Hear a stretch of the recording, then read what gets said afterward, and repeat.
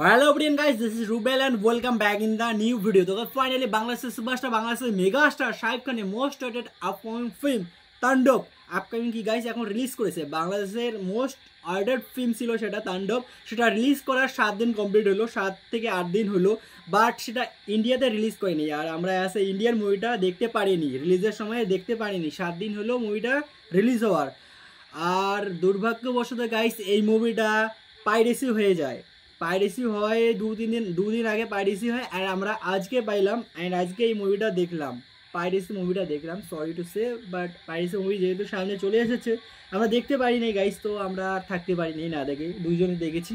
তো এই মুভিটা সম্পর্কে বলবো যে এই মুভিটাতে কী আছে আমি ফুল রিভিউ করবো, কিন্তু তার আগে যারা এখনও চ্যানেলটিকে সাবস্ক্রাইব করোনি তাড়াতাড়ি করো। আর হ্যাঁ সাকিবিয়ান ভাইরা বোনেরা, আমি এই তাণ্ডবের মুভিটার ফুল রিভিউ করবো না, আই মিন একদম স্পয়লার দেবো না, একটু হিডেনও রাখবো যাতে সবার দেখার ইচ্ছা হয়। তবুও মুভিটা অনেক ভালো, ওটা পাইরেসি করলে এটা অনেক বড় একটা ক্ষতি হলো তাণ্ডব টিমের জন্য, সাকিবিয়ানদের জন্য, শাকিব খানের জন্য। So let's start the video. কিন্তু তার আগে যারা এখনও সাবস্ক্রাইব করেনি তাড়াতাড়ি করে রাখো, যেন এই ধরনের ভিডিও অবভিয়াসলি শাকিব খানের ভিডিও গাইজ একটা মিস যায় না। চ্যানেলটা বন্ধ ছিল কয়েকদিন, তার জন্য আসে নেই, বাট এখন থেকে রেগুলার আসবে। সাকিবিয়ান তো গাইজ একদম মাস্ট, আই মিন শাকিব খানের ভিডিও মাস্ট, সো সাবস্ক্রাইব নাও। মুভিটা শুরু হয় গাইজ একটা অ্যাটাক নিয়ে, একটা নিউজ চ্যানেল পুরো একটা অফিস, সেই অফিসটাকে অ্যাটাক নিয়ে মুভিটা শুরু হয়। ওখানে বাসে করে আসে শাকিব খান অ্যান্ড শাকিব খানের টিম, ওটা আবার মুখোশ পরে, ওই গরিলা মার্কি মুখোশটা যেটা আমরা টিজার ট্রেলারে দেখেছি অ্যান্ড গানেও দেখেছি। সো ওই মুখোশটা পরে একদল আসে, শাকিব খানের টিম আসে, এসে ওটাকে অ্যাটাক করে, পুরা সেটাকে অফিসটাকে অ্যাটাক করে। অ্যাটাক করার পরে কী হয়, পুরো বাংলাদেশের মধ্যে ওটা ছড়িয়ে পড়েছে এই channel Bangla channel Bangla I think নাম ওটা। সো এই চ্যানেল বাংলাটা অ্যাটাক হয়েছে, পুলিশ স্টেশন থেকে লোক আসে, অনেক আধিকারিক সরকারি গভর্নমেন্টের, ইভেন গাইজ সিএম বিএমরাও এরাও একদম পাগল হয়ে যায় এই অ্যাটাকটা নিয়ে। তারপরে কী হয়, শাকিব খান অ্যান্ড তার টিম এখানে দাবি করে যে আমরা এখানে অ্যাটাক করেছি কিছু কথা বলার জন্য, আর সেই কথাগুলো বলার জন্য এখানে আমাদের লাগবে ওই যে দুজন মন্ত্রী আছে, ওই দুজন মন্ত্রীকে লাগবে, এখানে খাদ্যমন্ত্রী আই থিঙ্ক, খাদ্যমন্ত্রী আর একজন আছে সাংবাদিক। অ্যান্ড শাকিব খানের টিম দাবি করে যে এখানে দুজন মন্ত্রীকে লাগবে, ও দুজন মন্ত্রী, একজন খাদ্যমন্ত্রী আর একজন মন্ত্রী, আর একজন যে চ্যানেল টিভি বাংলা ওই যে পুরা টিভি মিন চ্যানেলটা যে আছে চ্যানেলটার মালিক, সেই মালিকটাকেও লাগবে। অ্যান্ড এখানে একজন সাংবাদিককে লাগবে, এখানে সাংবাদিকের রোলটা প্লে করেছে জয়া আহসান, অ্যান্ড জয়া দি এখানে অনেক ভালো এক্সপ্রেশন অ্যান্ড স্ক্রিন প্লে করেছে, ওনার অ্যাক্টিং পারফরমেন্স সব আমাকে অনেক বেটার লেগেছে। সো এই চারজনকে এখানে পাঠালো এই রুমের মধ্যে পাঠানোর পর শাকিব খান কী করলো, লাইভ স্টার্ট করলো, ওখানে লাইভ স্টার্ট করে তার জীবন কাহিনী বলতে লাগলো। সেই জীবন কাহিনীর মধ্যে থাকে গাইস ওই যে সাবিলা নূর অ্যান্ড স্বাধীন আর কি যেন নাম ছিল, এই হিরোইনটার নাম ওখানে কী ছিল, সাইনাত না কি যেন নাম ছিল, স্বাধীন আর কি যেন গাইস আই থিঙ্ক নামটা আমার মনে পড়ছে না, হিরোইন সাবিলার নাম ওখানে কী ছিল। সো এই দুজনের লাভ স্টোরিটা ওখানে বলতে থাকে যে এইভাবে তাদের ইসে হয়েছিল। অ্যান্ড তার শাকিব খান সেই হিরোইনটাকে, আমি শাকিব খান সাবিলাকে অনেক বেশি ভালোবাসে আবার কি, শাকিব খান তো এখানে একজন বেকার, অ্যান্ড এই বেকারের জন্যে যে এখানে সাবিলা আছে হিরোইন আছে তার ফ্যামিলি তাকে মেনে নেবে না, তার জন্য শাকিব খান একদিন যায়, সেই সাবিলার ফ্যামিলির কাছে যায়, গিয়ে বলে যে আমি 2 মাসের মধ্যে কোনো কিছু একটা ম্যানেজ করবো অ্যান্ড আমি একেই বিয়ে করবো, এরকম একটা কথা দিয়ে আসে। সো 2 মাসের জন্য আসা কথা তো দিয়ে আসলো 2 মাসের কথা, 1 মাস চলে গেল, কোনো চাকরি বাকরি কিছু পাইলো না। তারপরে আরও 1 মাস আছে, সেই 1 মাসের মধ্যে কি করবে, একটা চাকরি বাকরি কোনো কিছু একটা ম্যানেজ করবে, তার জন্য শাকিব খান যায় ঢাকা শহরে যায়। ওখানে গিয়ে কী হয়েছে, ইন্টারভিউ দেয়, অনেকগুলো ইন্টারভিউ দেয়, কিছু হয় না, বাট একটা ইন্টারভিউতে শাকিব খান ক্র্যাক করে, ইভেন তার চাকরিটাও হয়। বাট কি হয়, সেই চাকরিটা যখন সে জয়েন হতে যায়, তারপর বললো যে এই চাকরিটা আপনার জন্য না, বাট ওই চাকরিটা বিক্রি হয়ে গেছে, একদম স্যাড, ভেঙে ঠেঙে পড়ে, অনেক এরকম ম্যাটার হয়। বাট সে তো জানিয়ে দিয়েছে যে চাকরি হয়েছে, অ্যান্ড অ্যাকচুয়ালি এর চাকরিও হয়নি, এইসব ব্যাপারটা হয়, স্যাডগ্রস্ত হয়ে রাস্তায় পড়ে থাকে।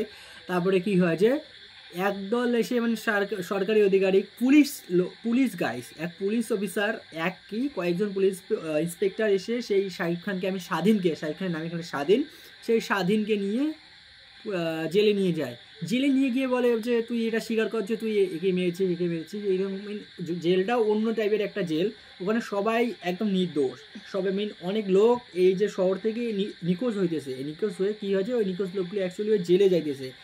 পুলিশের মধ্যে কোনো কিছু এখানে একটা আছে গাইস, হ্যাপার কিছু একটা আছে যে তারা কেন তাদের সেই নিখোঁজ করতেছে অ্যান্ড ওখানে কেন তারা স্বীকার করছে যে তারা মার্ডারার অ্যান্ড অনেককে তো মেরে দিচ্ছে।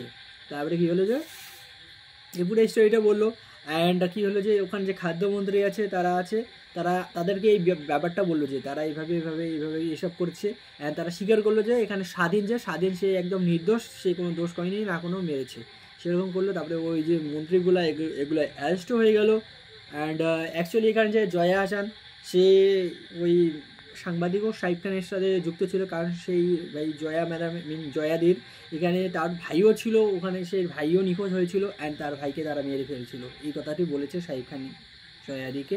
তারপরে সেও শাহিদ খানের সাথে তাণ্ডব টিমের সাথে মিলে গেছিলো, তারপরে সব কিছু মিটমাট হয়ে গেল। শাহিদ খান নিজে ইস্যু করলো, স্যারেন্ডার করলো যে আমিও কিছু দোষ করেছি, তার জন্য আমাকে তোমরা মেরে ফেলো।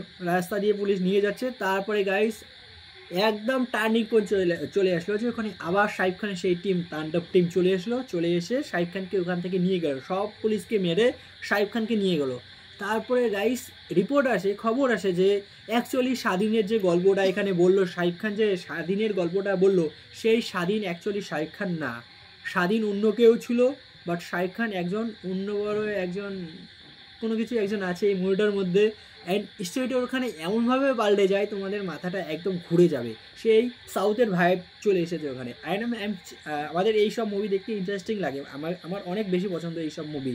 আমি একদম টার্নিং পয়েন্ট একদম ঘুরে যায়, স্টোরিটা একদম অন্য টাইপের চলে যায়, একদম থিঙ্কিং হয়ে পড়ে যাবে তোমরা সবাই।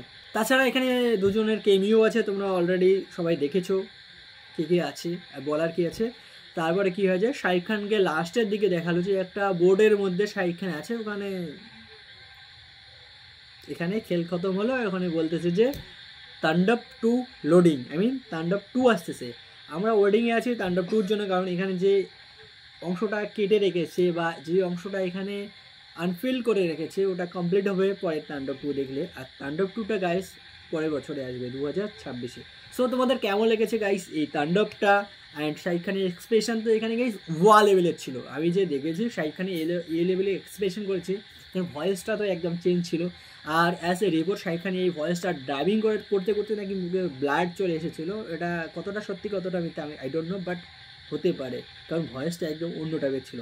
সবারই পারফরমেন্স একদম বেটার ছিল, সিনেমাটোগ্রাফি, প্রেজেন্টেশন, কালার গ্রেডিং সব কিছু একদম বেটার বাংলাদেশ ফিল্ম ইন্ডাস্ট্রিতে। সো কেমন লেগেছে কমেন্ট করে জানাও, বাকি দেখা হচ্ছে আবার কোনো নতুন টপিক নিয়ে নতুন ভিডিওতে। আপাতত বাই।